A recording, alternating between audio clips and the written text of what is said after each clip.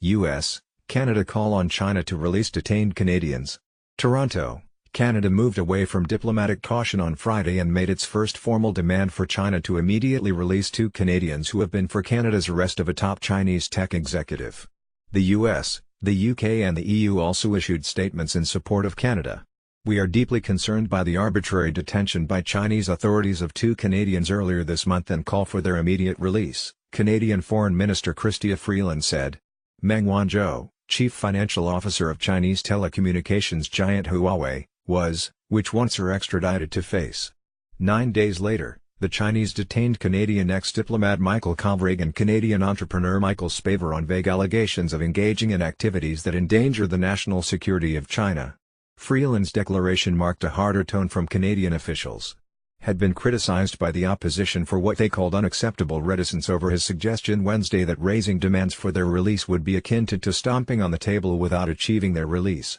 Freeland said that Canada is honoring its extradition treaty with the United States and said it's conducting a fair and transparent legal proceeding with respect to Meng.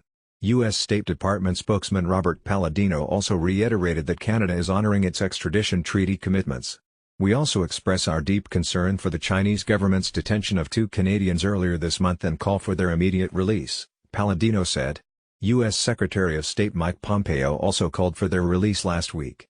UK Foreign Secretary Jeremy Hunt said in a statement the UK is confident that Canada is respecting its extradition treaty with the US and said he is deeply concerned that China may have detained the 2 Canadians for political reasons.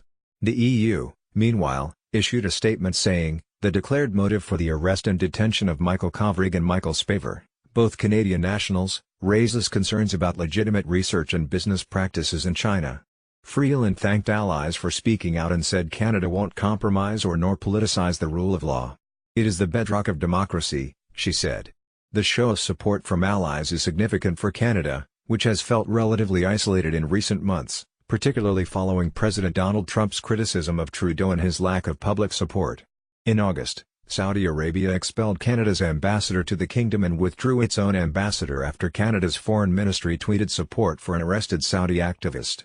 The Saudis also sold Canadian investments and ordered their citizens studying in Canada to leave.